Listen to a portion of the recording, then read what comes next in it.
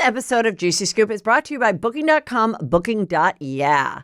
Every time I use Booking.com to find a place to stay in the U.S., I know they'll have exactly what I'm looking for. They have a huge variety of options from hotels to vacation rentals, and I'm always able to find something that fits my specific needs. I found that Booking.com has something for everyone. No matter who you are, Booking.com helps you find the stay that's ridiculously right for you. Find exactly what you're booking for on Booking.com, Booking.yeah. Heather McDonald has got the juiciest scoop.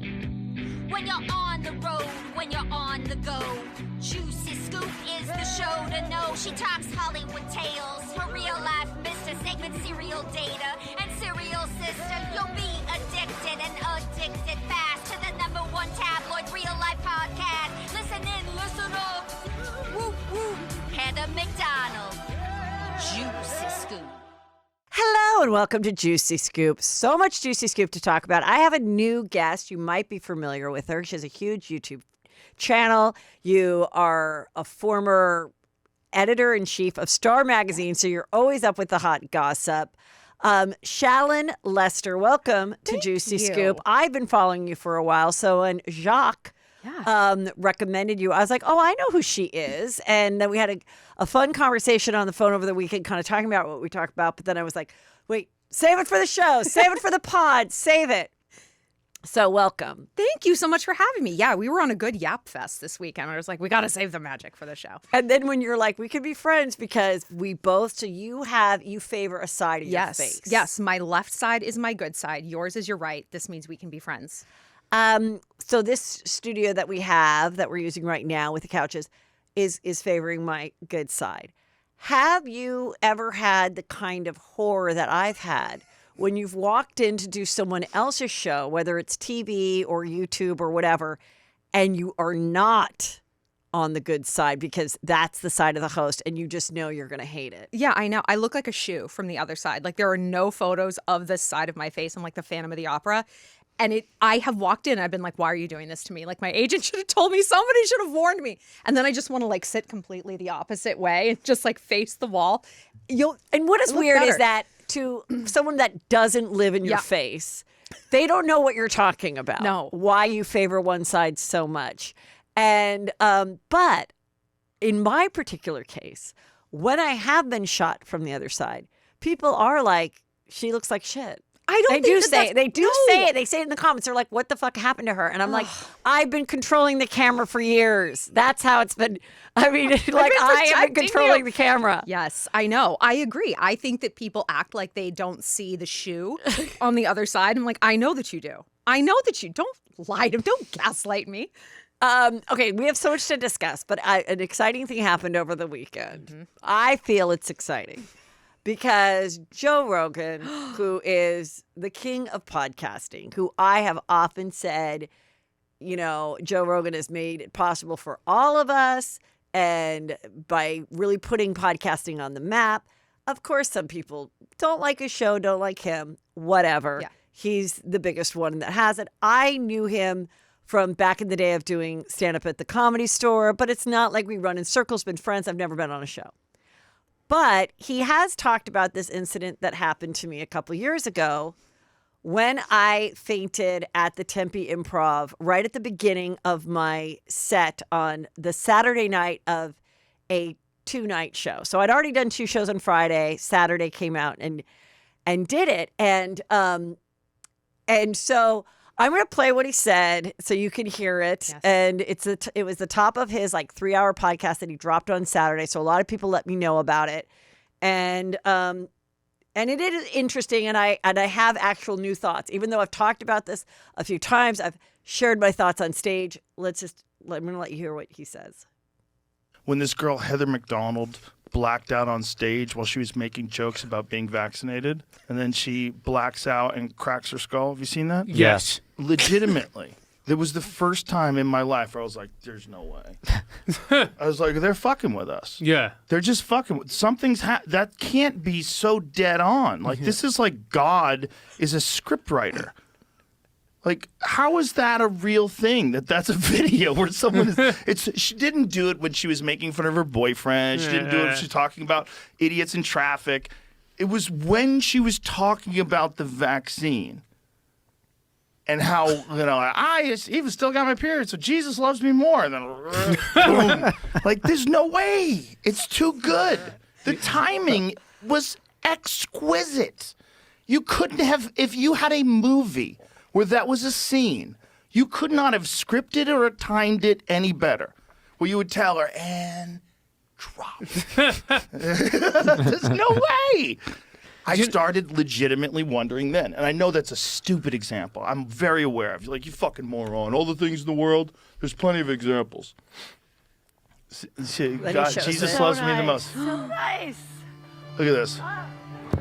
Oh my God! I mean, you went down. And the audience is laughing. Probably the best laugh she got all night, right? It's a big move. It's a big move. If you're a pratfall person, no one expects it. Like, that's hilarious. If it goes with the bit, And it's timed perfectly, absolutely. What's that quote? God is a comedian playing to an audience too afraid to laugh.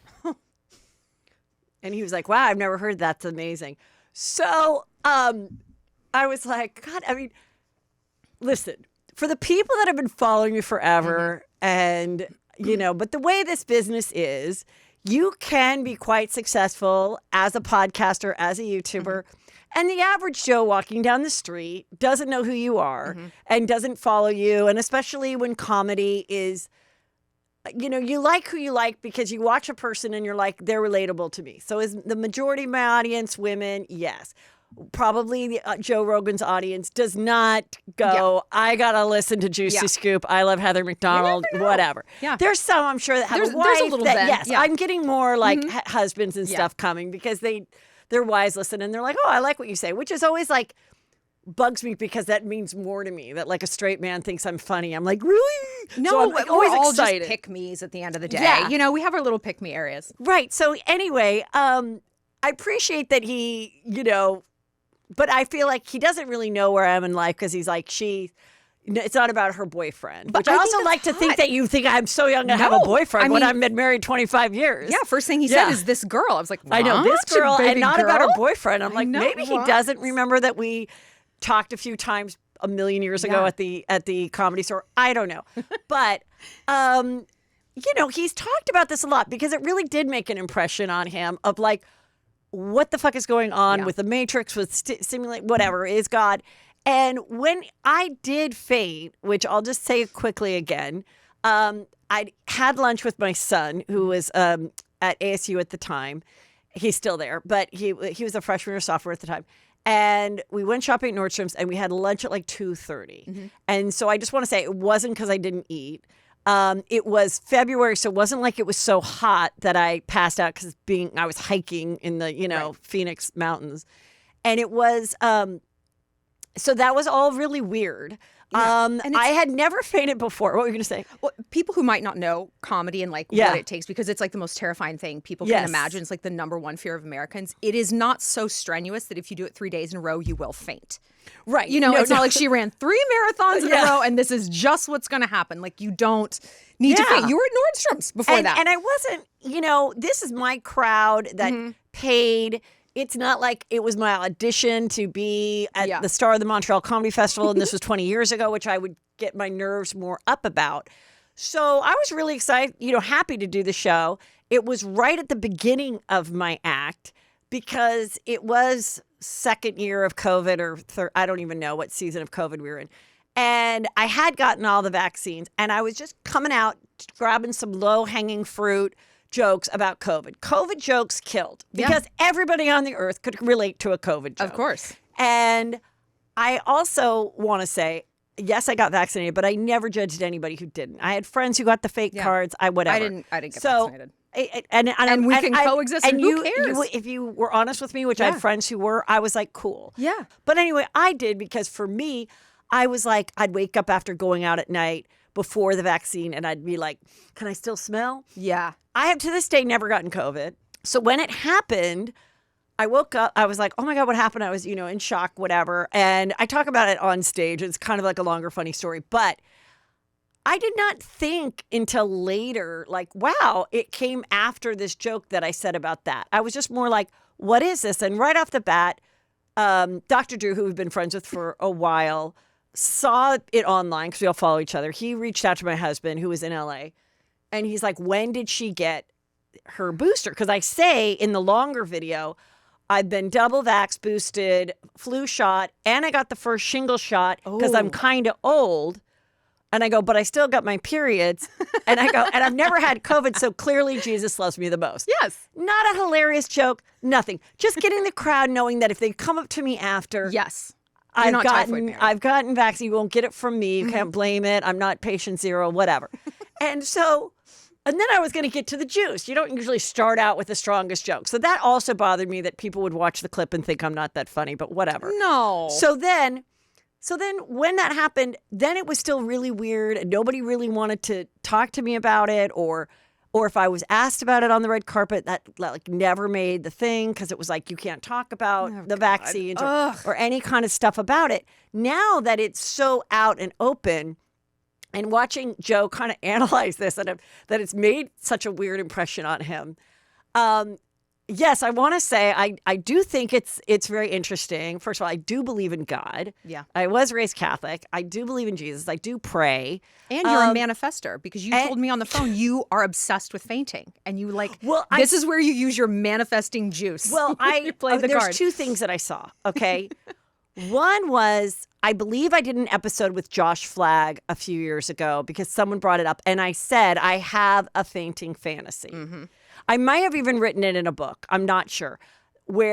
Because then somebody in the comments of his thing had a quote from me and they said 2011. And it was like, I have a fainting fantasy where if I faint, I don't know where they got it. I don't know if they got it from an episode of Chelsea Lately or my book, because 2011, I didn't have the podcast yet.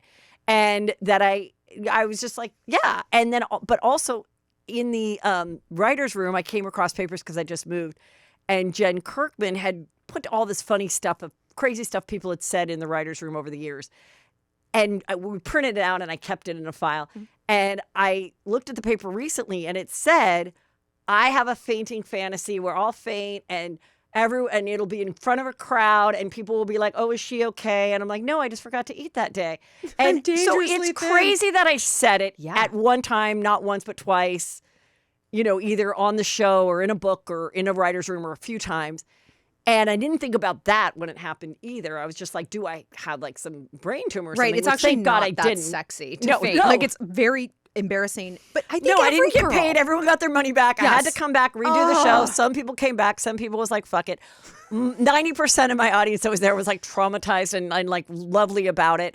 It was kind of traumatic for my son who witnessed it, who was there watching me, but anyway, like, yeah, I do think and people really got mad that I said so clearly Jesus loves me the most. I joke because I've also said in my act, if you've been following me a long time, do your Christian service, and I'll joke and be like, oh, I tagged you. It's my Christian service for the day. As someone who went to Catholic school, they always are like, did you get your Christian service hour? So I joke about it. So it all came from that, but from people that are very conservative, they think that I'm like mocking God from that clip and that God like came down and flicked me and didn't like that I was joking. But now I feel with Joe, maybe people will be like, wait, maybe Jesus actually did take this opportunity or God to get the conversation going because this was a clip that was used. It has been used by other people.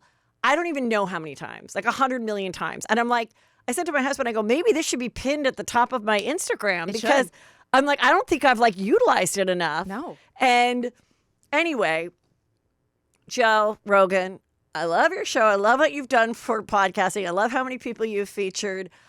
I would love to come on and talk about it with you. I will fly down to Austin. I think we'd have a juicy conversation about being parents and what our kids think of our acts and our podcast. There's so many things we could discuss.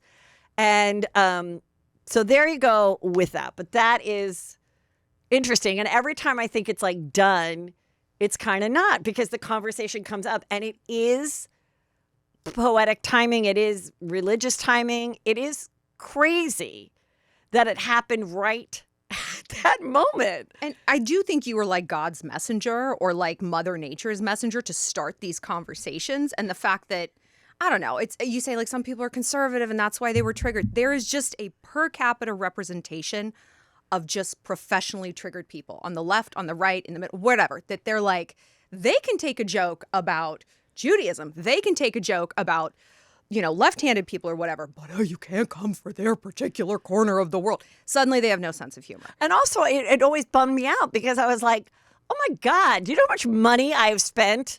I got married in the Catholic Church. I was raised in the Catholic Church. I went to 12 years of Catholic school. All of my kids went to Catholic school. So I'm like, for people to then write like, oh, I'm like some lefty libtard, which is rude to say about anybody, but like, because that I was like saying I got the jet, and then I got the vaccine and you should too. That wasn't it at all. But, everyone has a right to their opinion. But I will say it has absolutely done nothing with furthering my career. Absolutely fucking But you nothing. don't know that. And this is the thing. I don't think it has. I have not seen a bump from my faint. Sorry. You don't know that. And this is the thing with like our career and cancel culture, like what seems like the worst thing that can happen, or even like a net neutral event. It's like, all right, I fainted. I had to give everyone's fucking money back. You just don't know the butterfly effect it has down the line, like Joe talking about. I mean, if I'm the reason that people are doing things now or whatever, good or bad, or how you feel about it now. I mean, you might be mad at me because you might not like where we are in the vaccination world, maybe because of my faint. I don't know. How is all someone I know is that this personally happened to me. offended by you fainting? Like, are these people on drugs? How is someone offended by your personal life experience? And this is the thing with anyone getting canceled and just talking about, hey, I like living here. I didn't enjoy this. I do like this. Like, how does that affect their life's outcomes day to day? Like, is you fainting the reason their husband's leaving them or the reason they've got 4 DUIs? Make it, like, put these pieces together. And then I just want to say that happened on a Saturday. Mm-hmm. I flew home on a Sunday, I think, or a Monday, but I put out the show on Tuesday. I got into my studio. I wore sunglasses. I told the story. I got the because I was like, I do not want people, because my job and my livelihood that supports my company, my family, everything that my husband and I have worked for is me being cognitive. So I literally got and was like, I don't know why this happened. I don't have something wrong with me. And then I had awful other podcasters that were my friends at one time then went on their show to say maybe she has brain damage. Maybe that's what's wrong with her. Oh, maybe you have brain damage? Jeff Lewis said that on Sirius Radio. And of course, no one will ever, nobody has ever apologized, nothing. But I'm just saying that's what I then had to fight against. So thank God it didn't have lasting effect on my career, though someone was trying to make it look like I was mentally or physically not okay. Nothing's happened since. I did recover. Nobody really knows why that happened. And people could argue it could be, you never know what it is. Mm-hmm. And, it doesn't necessarily mean there's a correlation.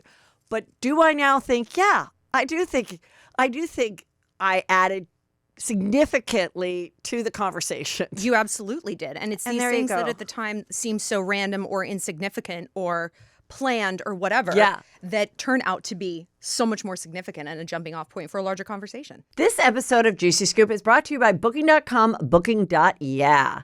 Every time I use Booking.com to find a place to stay in the U.S., I know they'll have exactly what I'm looking for. I've got some things coming up, one being my son's graduation. I've got people coming from different parts of the country and we want to hang out together. So finding that perfect place for everyone makes it's so easy when I'm using Booking.com. I want to be able to find a place where I can get coffee, food, people can go do their own thing. We can gather together at a pool, and Booking.com has so many choices for that. They have a huge variety of options from hotels to vacation rentals, and I'm always able to find something that fits my specific needs. I found that Booking.com has something for everyone. No matter who you are, Booking.com helps you find the stay that's ridiculously right for you. Find exactly what you're booking for on Booking.com, Booking.yeah. I want to tell you guys about Go Pure. Listen, we all are about skincare, but oftentimes what gets neglected is your neck. And you probably realize as you age that skin feels not as tight, it's getting thinner. And that's why I love Go Pure. And Go Pure's proprietary firming complex is designed to visibly firm and smooth the skin on your neck and chest in as little as 4 to 8 weeks. Go Pure isn't just about transforming the skin on your neck. It's about having a full line of science-backed skin and body care to brighten, hydrate, and restore your glow from head to toe. From powerful vitamin C serums to deeply hydrating retinol moisturizers, every product is packed with clean, effective ingredients that deliver real results without the harsh chemicals or hefty price. Tighten, lift, and restore elasticity in your neck because your skincare routine shouldn't stop at your jawline.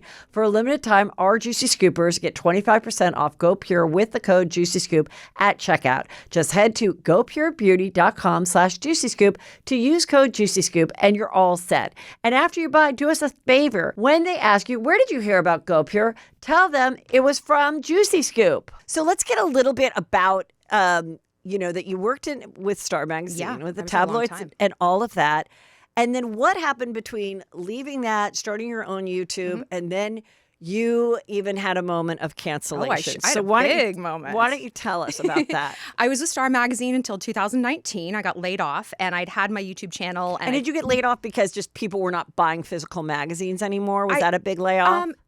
I had survived in 7 years of that company 14 rounds of layoffs because it's poorly run. They don't listen to their audience. They don't follow a narrative with the celebrities that they write about. It's like one week Kate Middleton's anorexic, the next she's pregnant with triplets. I'm like, just pick a fucking storyline and take it through a whole season, right? Stop switching up the characters. If this is what you believe, follow it out.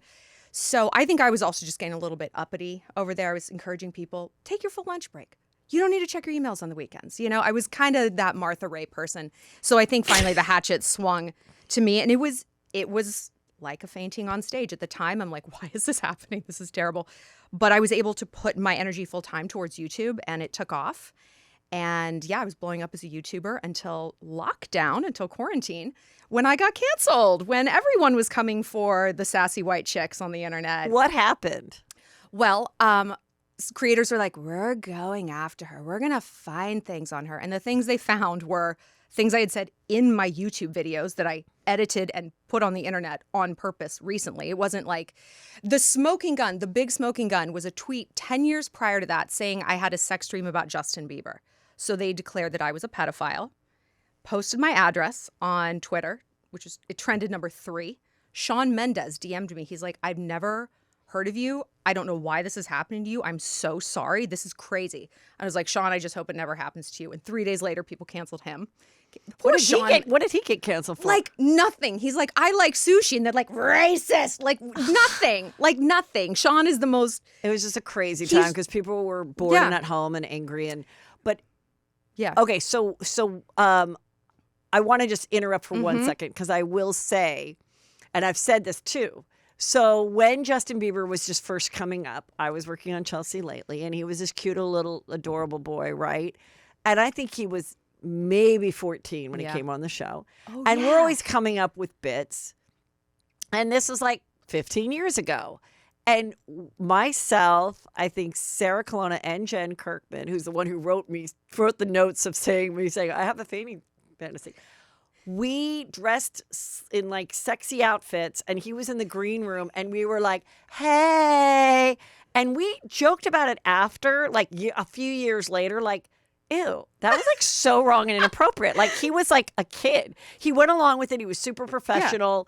And then he sits down and like flirts with Chelsea, where Chelsea was not flirting back, which good for her that she wasn't. And but that was just. It was just a thing. It's a joke, dude. It's a joke. It was a thing, yeah. But people were, pointing at that. So so then that comes out. So then what's the fallout of this? Of people discovering the tweet about your dream? Yeah, and I did not apologize. I'm not an apologizer, and I saw how many people who were getting canceled had these like groveling, pathetic apologies, and it just was more chum in the water. It just made people go after them harder. And I was like, if you don't like me, fuck you. Don't watch. I don't care. I'm not sorry for anything I've ever said or done. If you don't like it, don't watch. You're not even paying to be here on my YouTube channel. You're like eating the samples at Costco and then kicking over the stand. It's like, leave. What are you doing? So that people didn't like that. I'm glad that I didn't apologize. I was kind of one of the first people, certainly one of the first women to get canceled, to be like, go fuck yourself. Like, I don't care. It's not going to make this better. And it did not. So my address was trending. And that's when you were in New York. I was in Southern California with my mom, locked down, but I was living in New York. I'd kind of gotten stuck out here. And I had to call the FBI because I'm like, I don't know what to do.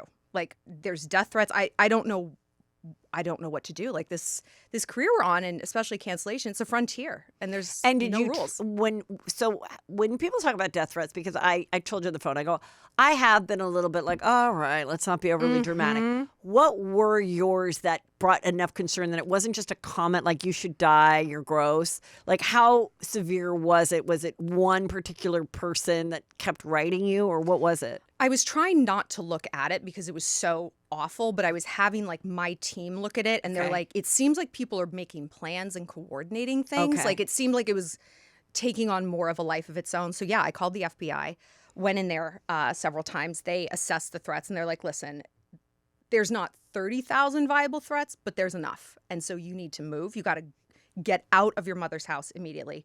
Go get your stuff from New York, never go back, and go someplace, number one, where you can have a lot of guns and where no one can really find you.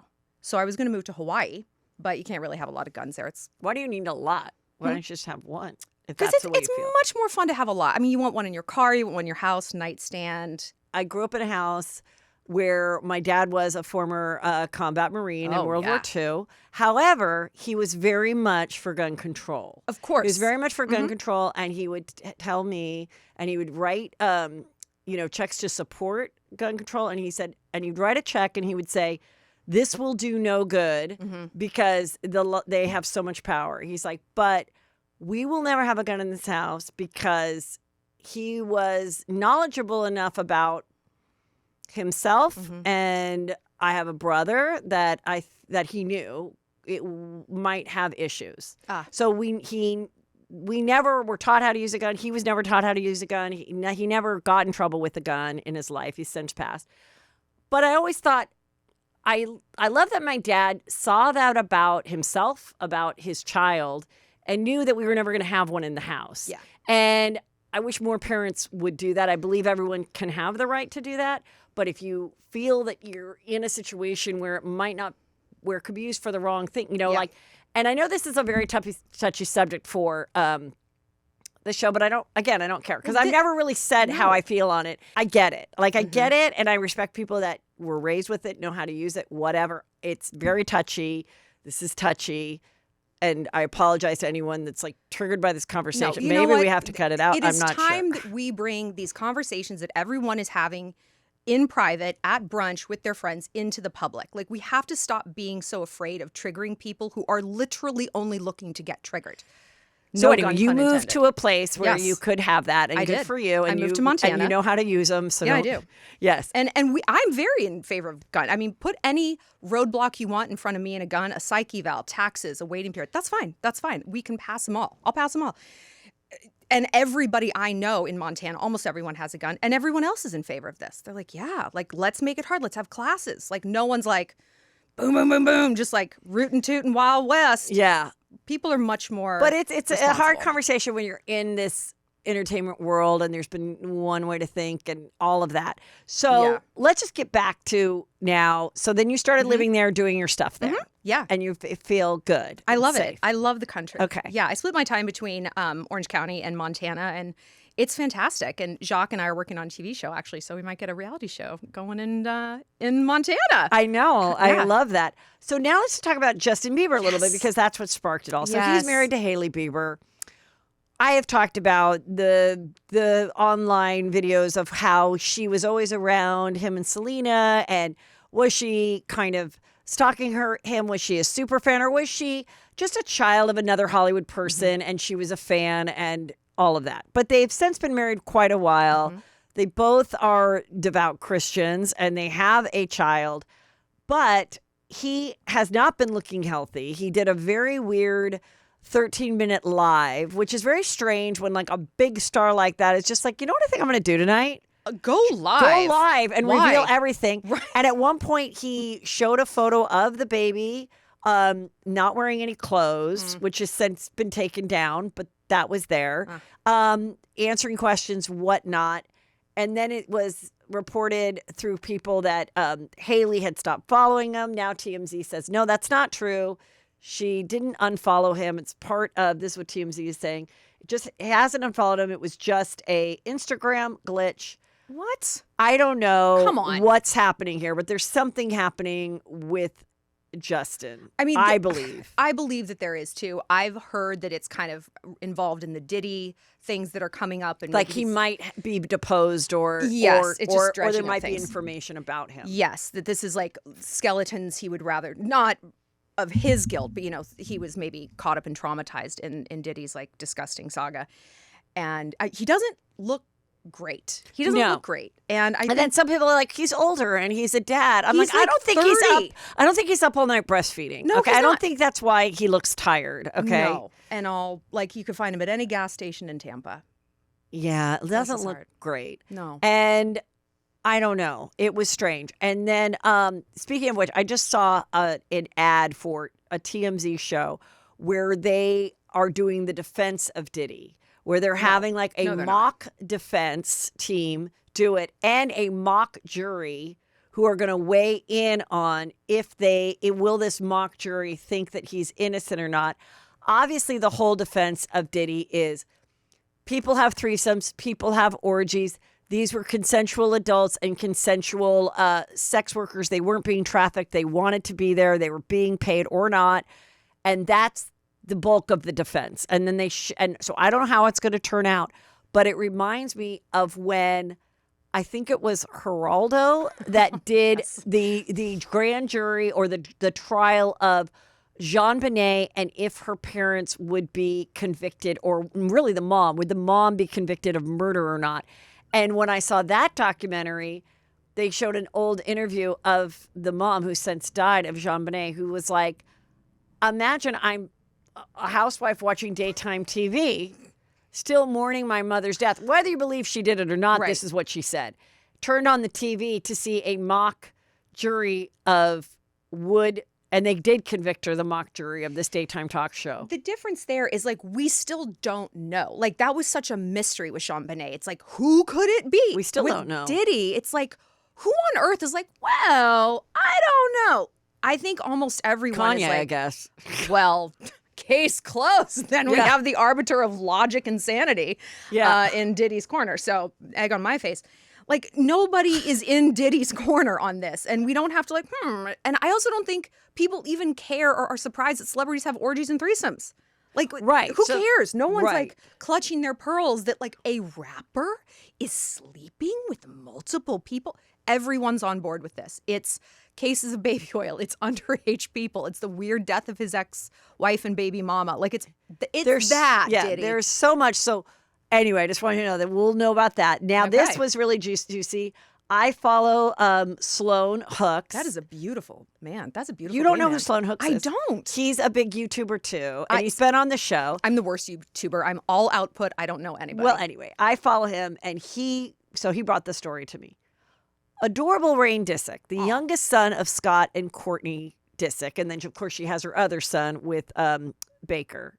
What's his first name? Travis Pencil. So people have said the timeline of the conception of what it would be when she got pregnant with Rain was a time, maybe it was, I thought it was fake for the show or for PR, but Courtney and Justin at the time were hanging out together. Okay, I remember this. So they because were hanging out. I Yeah, remember tell.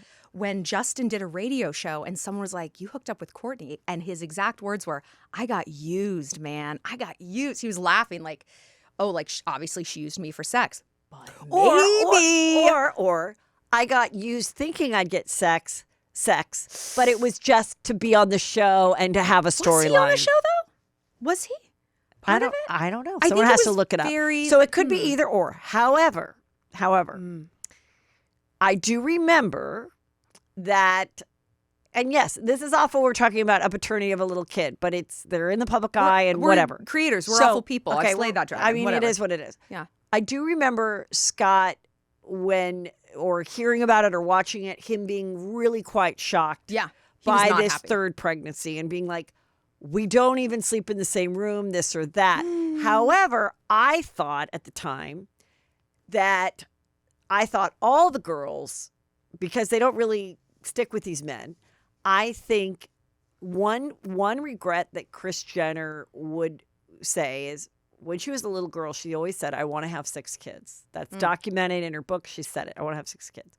She always says she regrets stepping out on Robert Kardashian, and then they got divorced, and they, ended up being really good friends after. She then meets Bruce Jenner at the time, and then they have have the 2 more girls, which a lot of people do when they have like a big break. I have a friend. The same thing happened. 5 sisters, then 10 years, and then That is wild. Well, to I me. got to It's have just one more, so they have a friend. So anyway, so she has the two littles in early 40s, Kendall and Kylie, and so I always thought, Kourtney wants to have another child, and maybe she at that time was like, well, I'm ovulating. Scott's still in my life. Right. I want all the siblings to be. I don't want to want deal them with to another match. baby daddy. Yeah. I want them to match. Kim, which we'll get to in a minute. Yeah. Kim, had 4 kids with Kanye, 2 that she carried, and all her biological children, but 2 that she had to have a surrogate because the 2 pregnancies were difficult. So anyway, I was always like, oh, I wonder if that's the case. Even Kylie. Kylie has 2 kids with what's the guy's name? Cannot be the other found. Travis, Whatever, right? that guy. His name's Travis. I don't. Everyone's She has named 2 kids with him. We'll see if she has any with Timothy. Then Kourtney went on to get married to Travis Barker and has her little boy. So I'm just saying, I just wanted. I was like, oh well, that's probably it, Scott. She probably really wasn't. You guys probably weren't that together, but she might have cozied up to you during her ovulation. Yeah. Whatever. I don't think he's the kind of guy who's going to turn down sex. Right. Or be like, wait a minute, are you ovulating? I think that these words are completely foreign. So perhaps, now to the Scott. people that are into the sleuths, which also, listen, they've also said we don't think that Chloe is Robert Kardashian's No, she's the hairdresser's daughter. That's what we've always heard. People think that. People thought OJ. I don't think No, I don't think OJ it's OJ. at all. But anyway, I remember they were going to do a 23andMe or a DNA, and then they decided not to, but they made an episode out of it. There are fair, because when she was growing up, her hair was more blonde. Robert is tall as well, and he looks just like the dad. So like there are tall people in the family. Whatever, who cares? So, but with this one, his little face looks a lot like Justin's little face at the time, and people have done the reason and put it together. So he's doing a live with some other kid that's like a family friend, and he's reading it, and someone says to Little Rain, who's like, I don't know, 8 or something, is Justin Bieber your dad? What? And then he goes, no, my dad's Scott. No. And my immediate thought is, I don't think a kid that age, being asked that on the spot, is thinking they're asking that because maybe my mom slept with Justin Bieber. Of course not. He's asking it like if someone said, Heather, is your dad Ronald McDonald? No, my dad's not Ronald McDonald. I wish I was heir to the McDonald fortune. He's not. He's Bob McDonald. That's a crazy thing to ask. That guy's a clown. Like, whatever. Right. So I think he was just kind of like, what? Why would anyone think that? Don't you know my dad is Scott Disick? Like, I think he wasn't thinking that. And so, anyway, pretty crazy that it's coming up. And I do feel like it is something that we should never know, never be tested. I'm sure Scott doesn't want it. Scott is a good looking guy too. Kourtney, you see Kourtney in his face. I don't know, but they did the same thing to Chloe. So to them, they're probably like, this is so disgusting. I hate this. But I'm just reporting on what's being talked about. We're just reading the news, people. Yeah. I could see it. I mean, Scott and Justin have that sort of Kirkland signature white man vibe, same kind of bone structure, same kind of nose. Like, you mix those genes in, it's kind of hard to tell the difference. I mean, maybe she wanted another baby. Scott was like non-viable for whatever reason. She's it would be interesting if he, starts leaning towards singing and stuff. Yes. He's quite the character, but so is Scott. Like he's the one Yes. who's sassy and funny, but Scott is sassy and funny. Yeah, so I'm Courtney's like, not that it type. could be, but also it's hanging around your dad. There's genes, and then there's just who you're Nature growing up versus with. nurture. Yeah, right, exactly. So anyway, there's that. Okay, getting back to the horrible Kanye West. Oh God. Kanye West did another interview where he's wearing a black Ku Klux Klan. No, you Ku had it right. Klux- That's right. Ku Yep. Klux Klan outfit, but instead of white, it's black. Where do you even get a black one? This, I don't think Well, that was he part does of have their a clothing. spring He collection. does have a clothing line. This yeah. is true. Yeah. The seamstress, I'm just picturing him walking in like, I need you to sew something. Make it bigger, pointier, big. And she's like, what? Wait, what am I Yeah, it's fucking super, making super right now? pointy. Super pointy. And he's just having a conversation. I don't know who the guy that interviewed him. I think I saw someone else pick it up, and that's what I saw. And it was hard to watch just this interview at all. And he is using the N-word, the FAG word over and over and over again, talking about John Legend being that, and that he was wearing sweaters and 102 degrees in Barbados, and like just ripping on people, just, everything. Then he goes on to say that, and TMZ is reporting on it too, that he never wanted to have kids with Kim. And he has said that in previous things where when he was preaching, when he was doing his Christian stuff, his weird church, he made a whole thing of that he felt very guilty at the time because when he heard about the pregnancy, his initial thought was to end the pregnancy, and he felt so bad, and that and everyone was like, "Oh my God, that's beautiful that you found Christ and life and whatever." But everyone also thought, "Why would you say that publicly? And why are you saying this?" And because it's so horrible. So now there were 3, kids after that. He goes, "Well, God had a plan." Well, God didn't have a plan you had because a surrogate. Because you had a surrogate, and you used. I think they did IVF for all 3 Well, he after. wasn't banging the surrogate, No. Like he wasn't. Like there's No, medical right, intervention. right. Yeah. So it's like it wasn't God's plan. If you didn't want to have any more kids, you would have had the kid, and then moved on. But no, you not only had the kid before, then you had your big lavish wedding. Yeah. And then went on to have 3 more kids. And then of course you're a nightmare. And now it's like the biggest nightmare on earth. I think this is the worst thing that has ever happened to the Kardashians. I don't know how you end this nightmare of like keeping your kids from his hatred and rhetoric, and like, oh my God, it's just awful. And and I just feel so. I mean, I don't care how people feel about Kim Kardashian. This is the worst thing that could happen. It's a nightmare scenario for any woman, and I wish Kim would talk more about it because it is the most relatable thing about her. It's like this: I am tethered to this man who is so toxic. He's bleeding into my children's lives. Of course, there is no way out. As long as he's alive, and this is his personality or this is his level of medication, there's no way out. I don't know why he's bringing up, not wanting kids, but the only men who I ever hear say, I didn't want these kids anyway, are the ones who are too broke to pay child support. Suddenly that's when they're doing like Monday morning quarterback and I didn't even want this family. You bullied me into it. Broke men say this. Rich men are like, you know what? Yep, I've got kids. I'm writing the check. This is how it is. We're going to keep everyone happy. I have always and then thought the his other side financial is situation. men will say when women go that his broke ass, he's a loser. They'd be like, yeah, and you chose him. You chose him. So if the point is through that old joke, like, would he make a nice ex-husband? Actually, you should think about that. You absolutely should. actually should think in going forward, whether it's getting married or first of all, hopefully it is a choice and it's something that you were planning on it, but also like if you have the luxury of choosing to procreate with this person, really think about it. Really think, how would they react if things changed and you fell in love with someone else or there was a step parent involved? What is their relationship with their parents? And would they be okay? Because you really cannot escape them. California, in particular, is very good about giving fathers rights, even more than other states. So, like, get ready. They're gonna want you to share custody, unless there's something so and you should want that. monumental. But I think this would do it. I would think if she went for it, but I wonder if she's just not because her kids are getting of a certain age where she feels like she doesn't want to be the one that Right. took her kids from talking to him or seeing him. Yeah, I mean, she's going to be the bad guy. And it's interesting, we pick a car with more judiciousness. The first thing we think about a car is, well, what's it going to be like in an accident?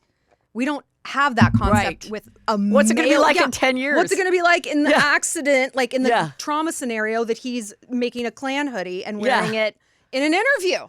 But this personality of his did not come out of nowhere. This did not, even if this is even 80% mental illness, that did not happen earlier this year. That has been present, and she still chose to reproduce with I feel him. like Amber Rose warned us. She warned all of us. She is Yeah. our nation's greatest philosopher, truly.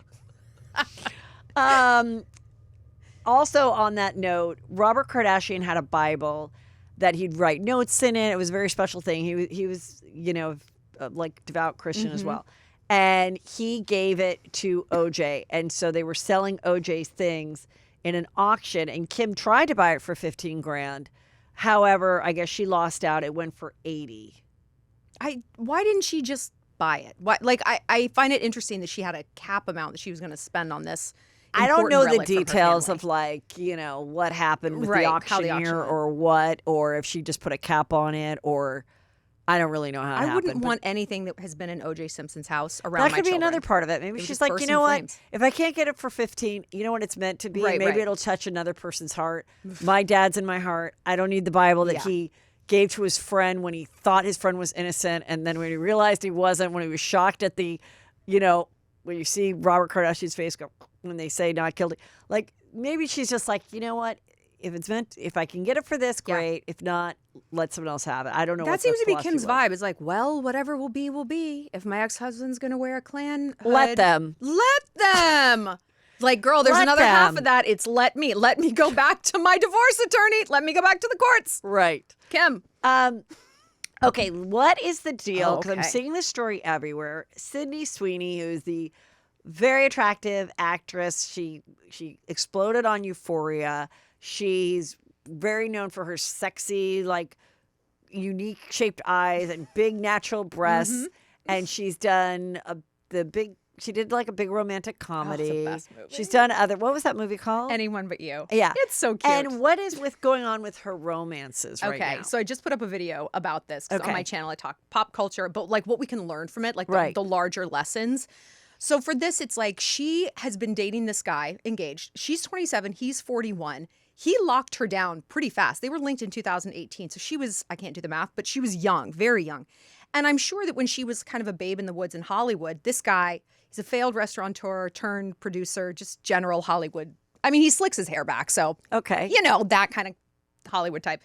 I'm sure he took her under his wing and like prevented her from being like cannon fodder for the Harvey Weinsteins out there. But now that she's so much more autonomous and growing up, it's like, do I still need this sort of like daddy husband in my corner? Do I want to go out, have that hoe phase, be an autonomous adult? And I think so many women identify with that. Like, when do you let go of the good guy if they are good, if they are perfect on paper, but you've just kind of outgrown them and you don't want that daddy vibe? I mean, you want daddy, but not like the parentification type relationship. So I'm happy to see her out and about. I hope she has a So she was rip-roaring engaged to slut face. him. And now has she called off the engagement, or she's just not wearing the ring and hanging out with what's his name? Evidently, she's deleted photos of them kissing from her Instagram, which was Okay. pretty bad. Unless this is another, it's just a glitch, right, Justin? Yeah. Right, Haley?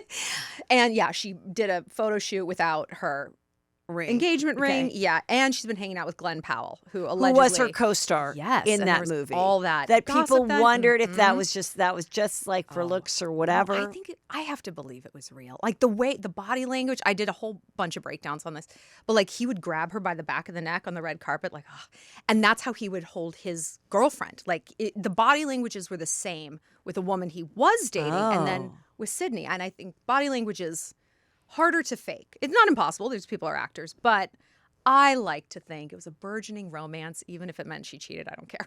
Good for her. All right. Okay. Okay. Yes. Chappell Roan was on Call Her Daddy, and this clip has gotten a lot of conversation going. And she said, she's I think she's in a relationship, and I don't know with whom, but she doesn't have kids. And so Well, she's dating a girl. Yeah, she's pretty safe from accidentally getting knocked up. I know she's. I didn't know if she.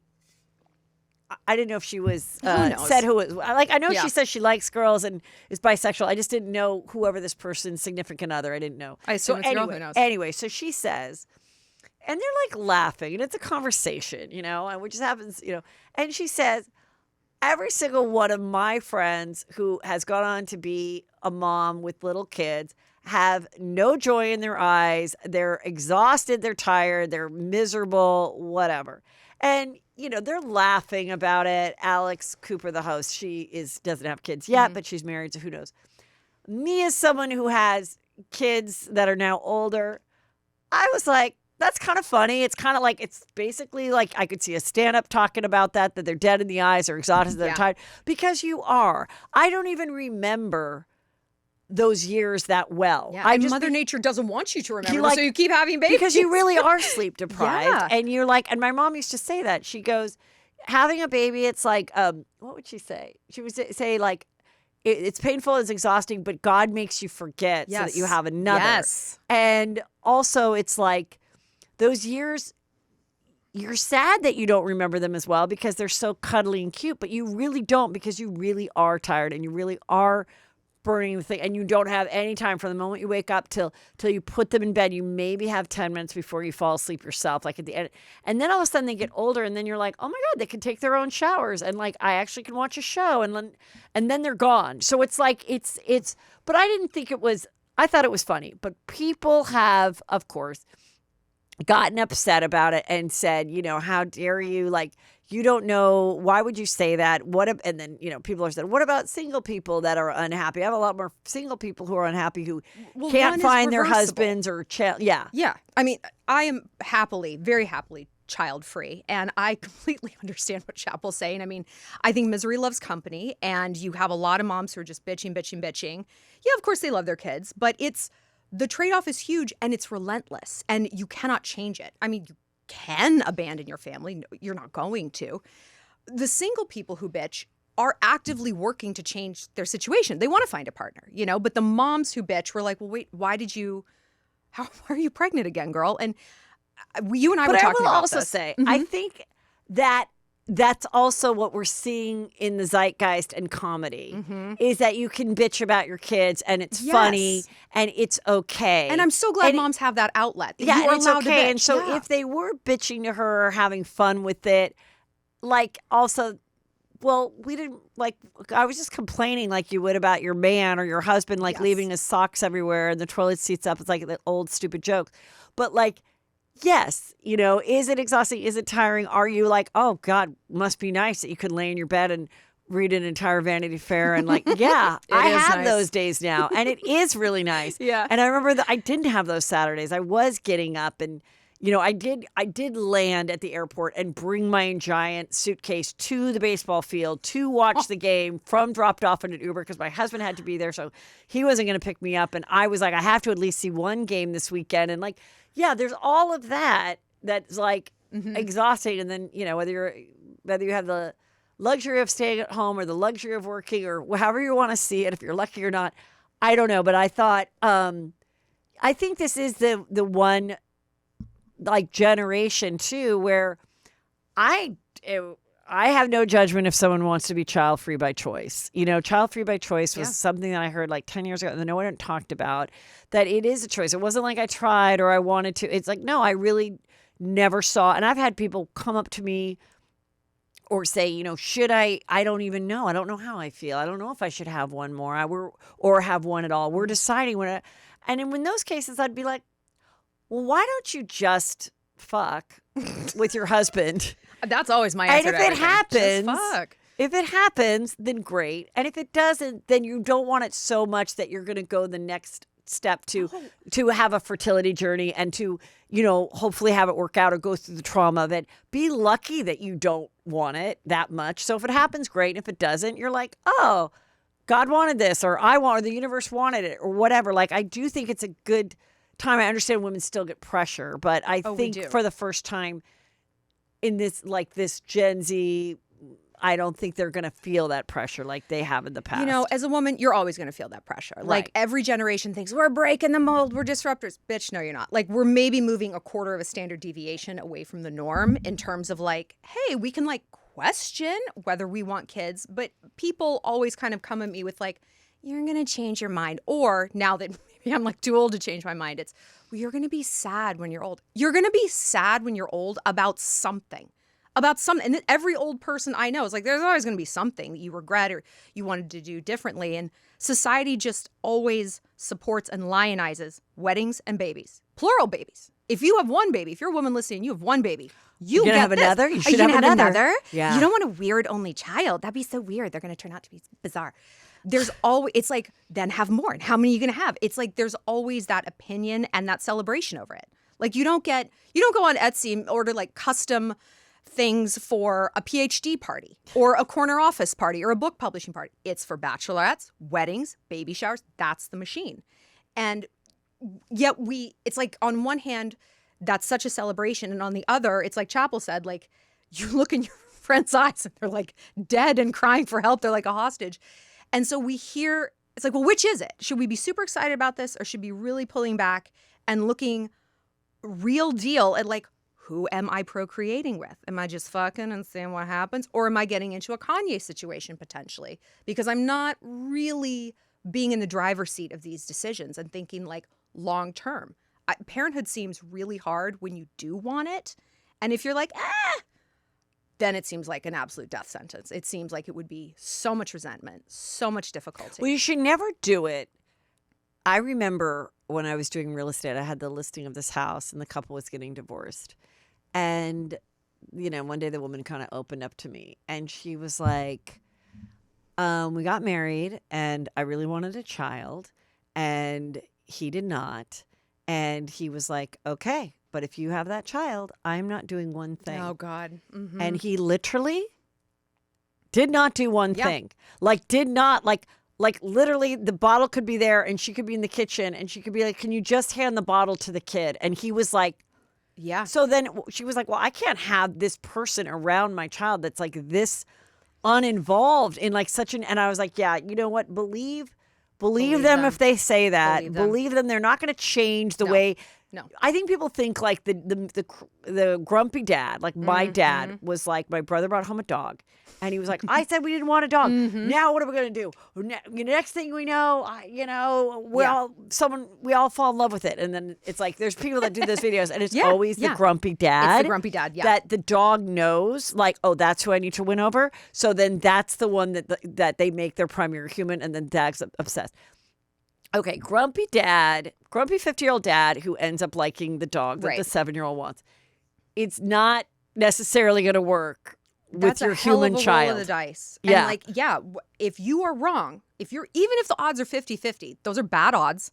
And if you're wrong, you're getting divorced. You are dealing with a man who won't hand a bottle to the baby. And how is this? Or worse, to get back at you. Oh. To get back at you, he will say, I want half custody. Oh, yeah. And I want you to pay these expenses. 100%. And now I decide that you can't have the baby on Mother's Day because you got them last year. Like, it's just so, there's a lot of things to consider in this day and age that we are now aware of, that we can look at other women and their examples. And but I did have a friend who was childless by choice. And once she got married, of course, all the questions were, you going to have a kid? Because she was like, in her early 30s. And she said to me, she goes, you know what, Heather, you're the only person that was just like, cool. And I'm like, maybe because I have them. Like, and maybe because I know. Yes. And I'm like, if it's not for you. And the other thing is, and I think I saw Jerry Seinfeld say this somewhere. He goes, I think the greatest thing God did is like, there's no way for you to see what you're missing if you don't have them. Like, if you choose not to have them, not like you had a child and you lost. I mean, just like you chose not to have them, there's no way that there's no sliding doors moment where then you could jump to another matrix or whatever and see, this is what your family, we're going to give you 24 hours in a day in the life if you had 2 kids 8 years ago, what it would look like. Right. There's no way of knowing. So you just are happy with your life and you fill it how you choose. And I also want to say I have been pushing towards the movement and the joy that comes with, not enough people talk about how great this is, but I know a couple people which is hot step grandma. Yes, hot step grandma. Hot step grandma is the Hot best of gilf. all the world. Yes. Meaning you have your fun single life and without getting married. And then, whatever, mid 40s or so or later, you meet a guy and he's divorced with grown kids and you fall in love. Ideal. And then those grown kids have their babies. And now you do get to babysit and be maternal and grandmothery and everything.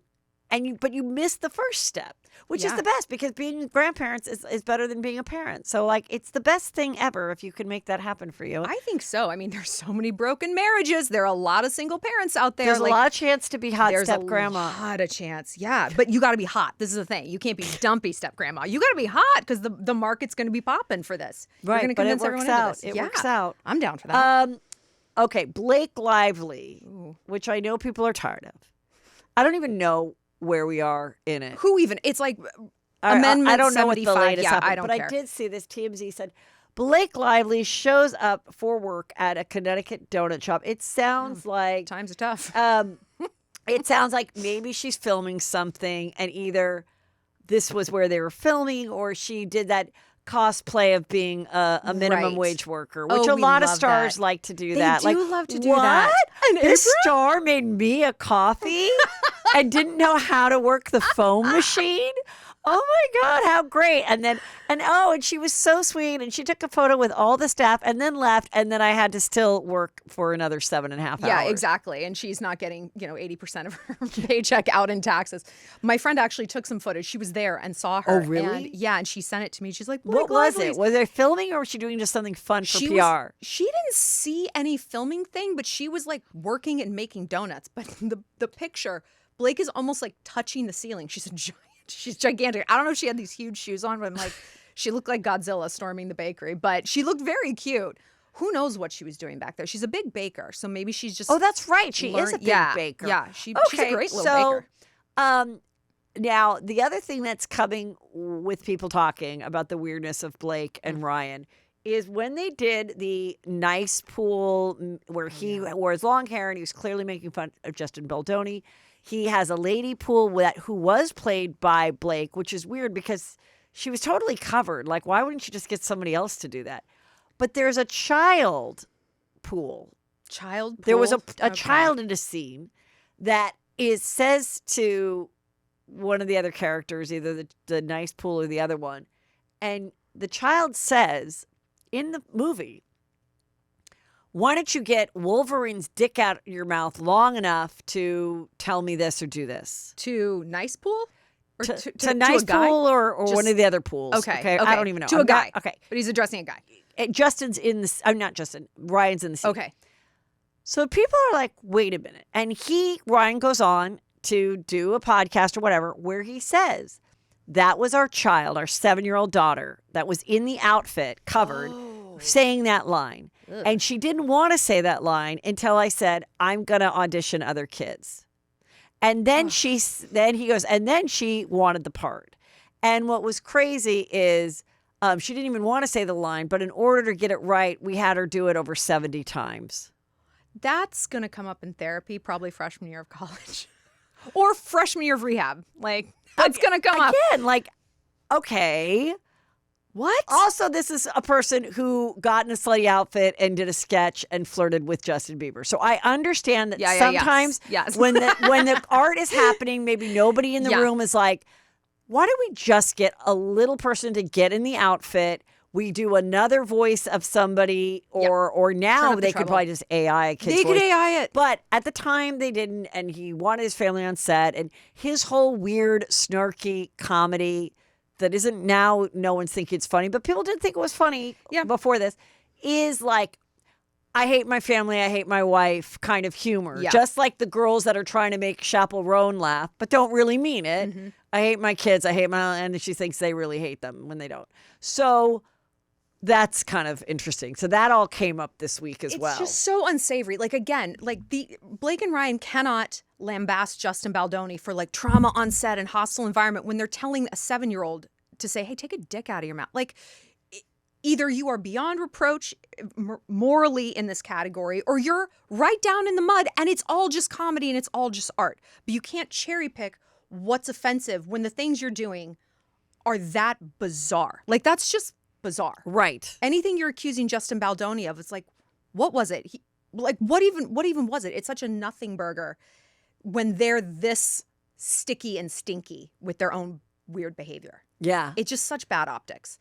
Yeah. So we'll see what happens next. Speaking of Wolverine, he is, divorcing his wife. What the hell is his name? What can I think of his name right now? Hugh Jackman? Hugh Jackman. Hugh Jackman is divorcing his wife, who he had for 27 years or something. He's with the other actress, Sutton Foster from Younger, who's also a Broadway person. Yep. They did Broadway stuff together, so they're red carpet match.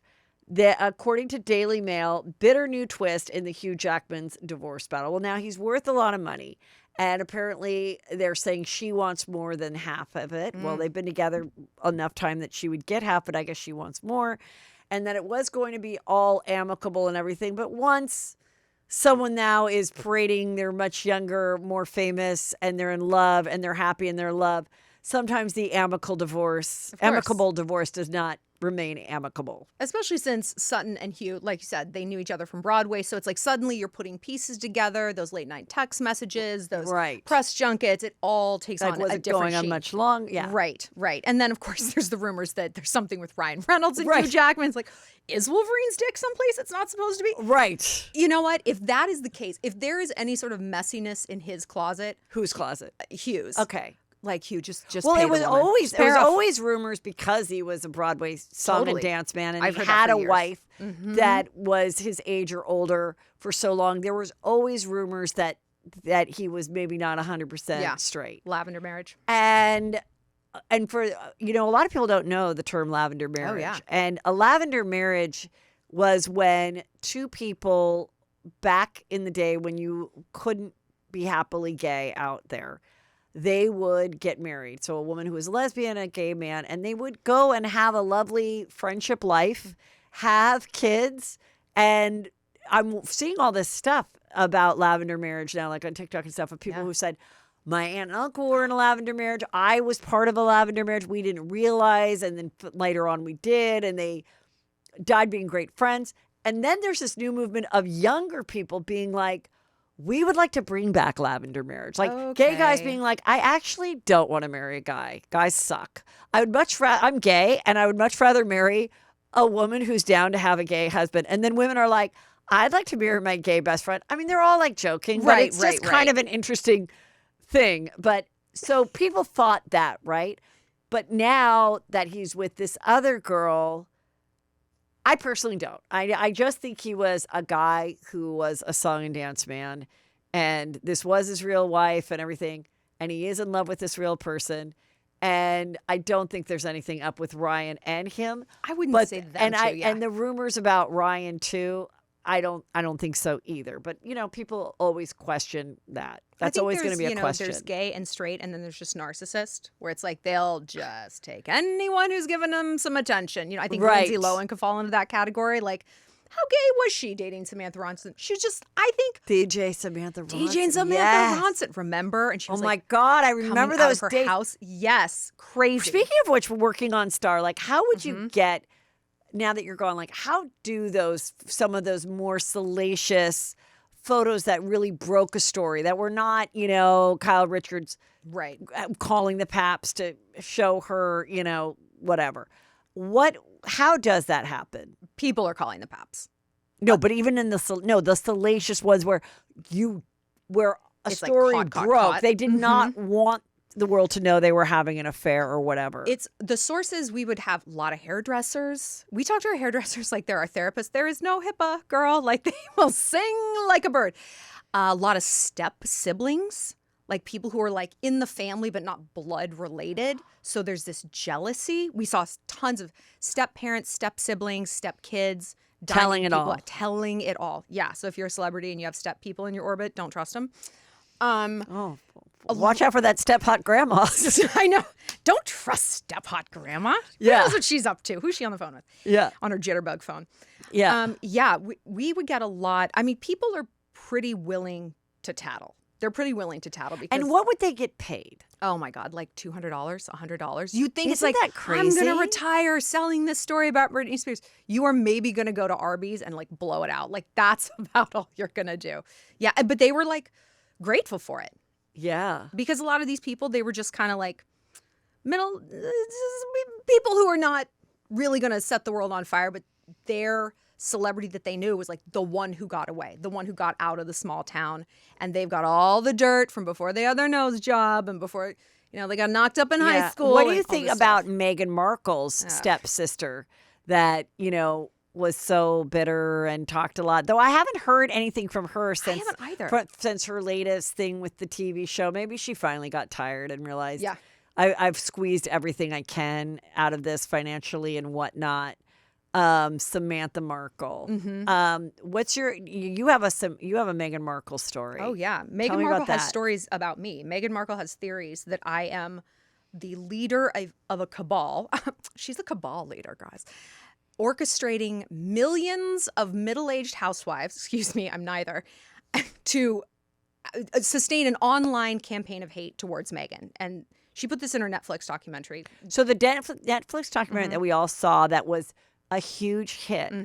There's a part in it where does she say your name or they show No, you? They show or me and like 3 other girls. influencers or not influencers, a YouTuber or I think reporters or what? The other 2 were actual reporters and Okay. journalists, so that's to impugn the reputation of a journalist is very different than coming after a YouTuber. I'm an ex-journalist, but Yeah. these people are like journalists. Okay. That's a very risky bear to poke, in my opinion. I don't find that ethical at all. I think it's ridiculous.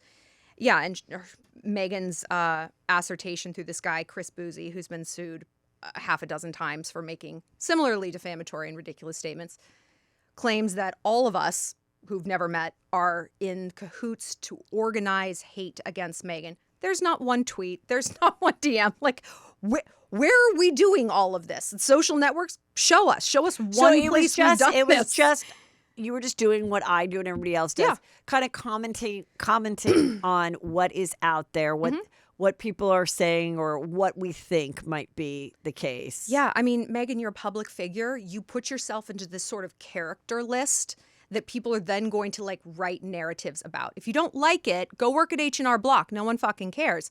You sought this out. You wore Princess Diana's perfume on your first date with this man. You sought this limelight. So that is true. I saw that. Yes. Do you know what kind of perfume it is? I don't. I want to think it's something horrible like Malibu Musk. I just want to think it's something I tacky. think I saw that somebody figured it out, but I don't know what Really? it was. But that's the story. But how That's do the we story. know that's a true story? I don't know. I mean, to me, it is in the line of reasonableness given her other machinations towards Harry, isolating him. Just everything. Everything she does is so calculating, and yet she is so incredibly bad at being so calculating. Like, it seems like the only person she's actually managed to bamboozle is Prince Harry. And everyone else is like, the fuck is this? Like, it's all just so incredibly transparent and odious. I'm all for being bamboozled by a sneaky celebrity. Just be better at it. That's all I ask. Read The Art of War. Read it like once. Listen to some podcasts. But okay, so what do you think? See, this is what I think is going on with her. Well, some people think I'm too mean about her too. Oh, no. I was like a fan of hers in the beginning. I Yeah, thought it was same. great. I didn't understand why people Yeah. were mad. I love that she was like a Southern California girl. I think it's fine that she has her Netflix show. You can watch it, you can not. Is it She the- has her the one next with the jam? podcast. Yeah, you Okay. can watch it or not. You can buy the jam. You don't have to buy the jam. Don't You buy can the make the fruit rainbow thing. You can whatever it is. I think at this point, as a woman, I'm not out to like tear her down because she essentially is the breadwinner. Very true. Well, how is he going to make any money at this point? But she he did isn't that. part. I know, but he's not part of the family. I don't know how they would ever parlay it back where he would be able to gain a salary from it. I know he has inheritance from his mom, but as far as like, he's not a TV producer. He's not a writer. He's not a businessman. No, he's not a I writer. mean, is he going to buy a bunch of like Noah's Bagels and run it? Could he buy a franchise? I don't know like what he could do. I think like our interest in them is waning, and she's really like she's the one that has to bring it home, and she has this deal. They were able to get this deal. So of course she does an easy deal of like, let me just go down the street and make some cute spaghetti and then talk to some, the owner of Spanx about being a founder like everybody else has done. And I have 12 producers working on it that put it together. It's an easy job. It's easier to do that than be a teacher, be a nurse, or even be a legit actress that has to learn 12 pages of lines in an hour.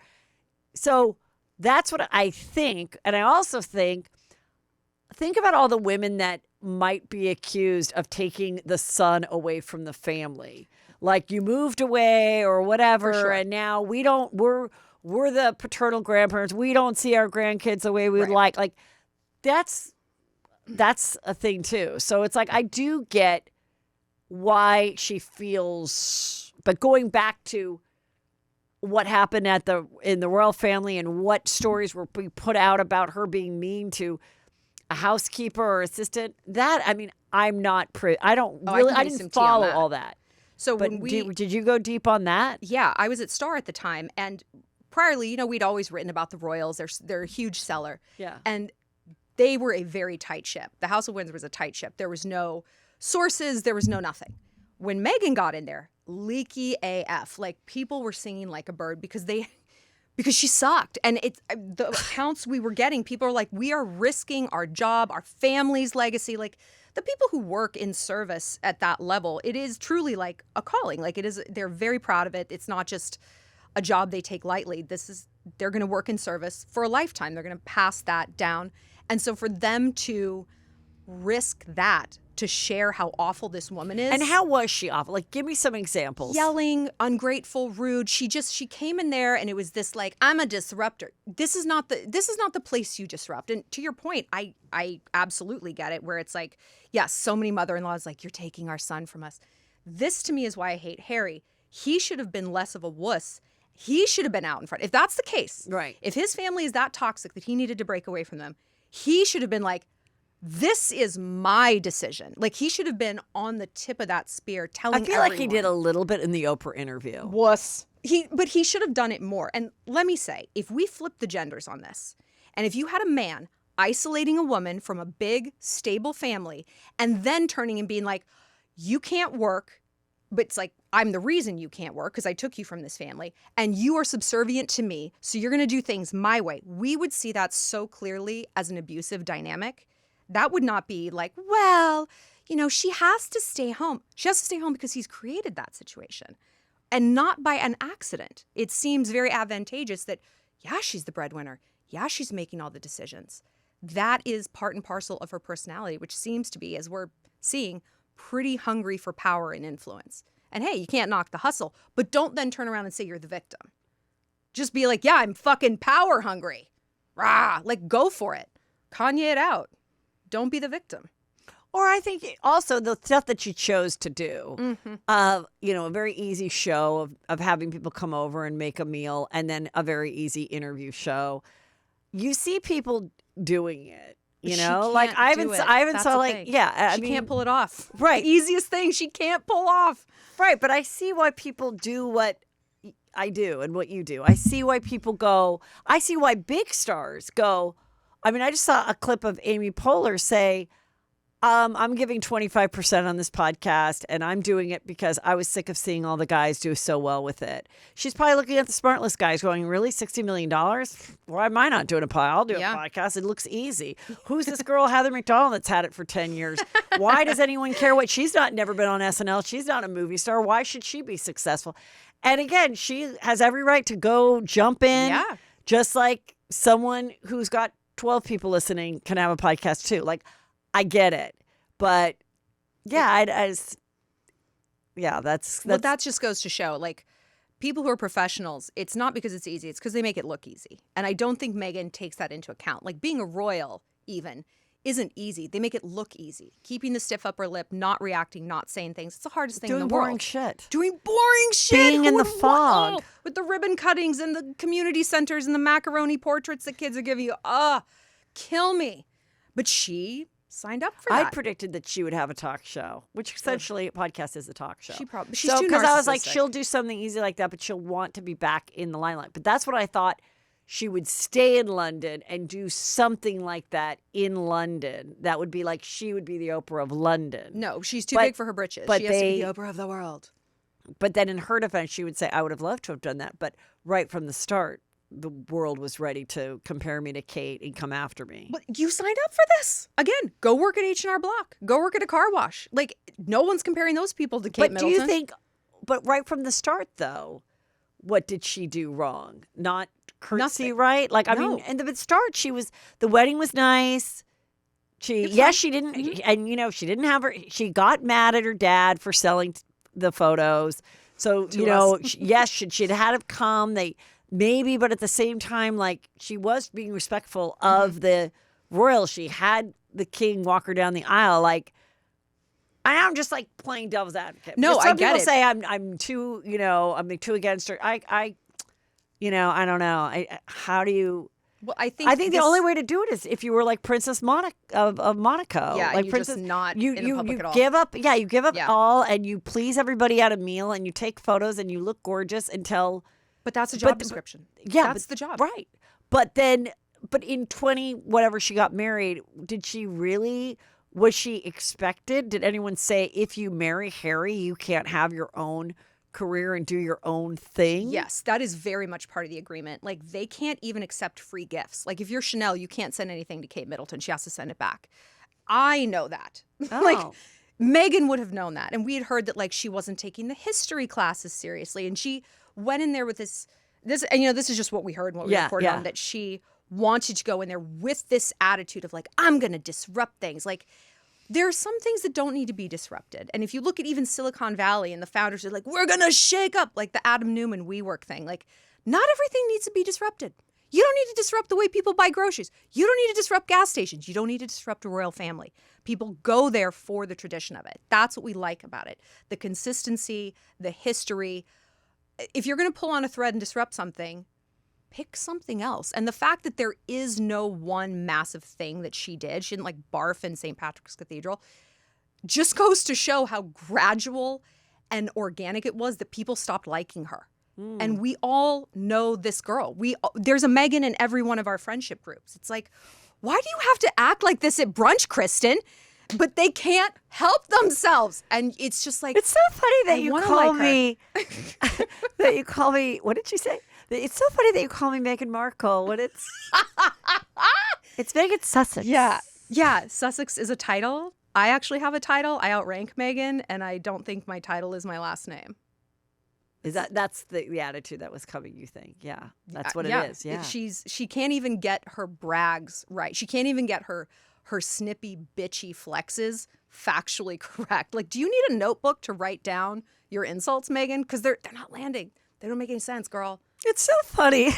It's like, no, nothing's funny. No. She's not funny. I don't She's think not she's a funny. funny person. She's too self-involved to be funny. Yeah. Like, to be funny, you have to be able to make fun of yourself. And she Yeah. is not that bitch. She ain't the girl who's going to make fun of her. She's not telling a joke at her own expense. Yeah. No. Well, I thoroughly enjoyed you coming. I have your info. Let me put your info up here. Hold on. Yeah, give me a follow on YouTube, guys. We talk Oh, about yeah. celebs. Okay, so your YouTube. What's your YouTube name? Because I have Just your Shallon Lester. Okay, and then here's your Instagram, Shallon XO, and but then give her a YouTube follow because she does lots of cool videos. And this was so juicy. I really enjoyed getting to know you. You'll have to come back. Oh, yeah. We got to just also just chat. no, and no, bitch we and don't stuff. always have to do stuff on. Yeah. But I love it. I love it. I love being here with you because of our complementary angles. Yes. We can take photos. We can stand up. We can do So- anything. We with can these sides of conquer our the faces. world. Yeah. This is where it begins. And everybody go to heathermcdonald.net. That is where you're going to join my Patreon. And it's fabulous. And it's all commercial free. And it's also juicy. And no one ever leaves. And it changes their lives. And you can go back and I'll comment on a couple things that I couldn't comment on here. No, just kidding. And so much more. Yeah. Thank you.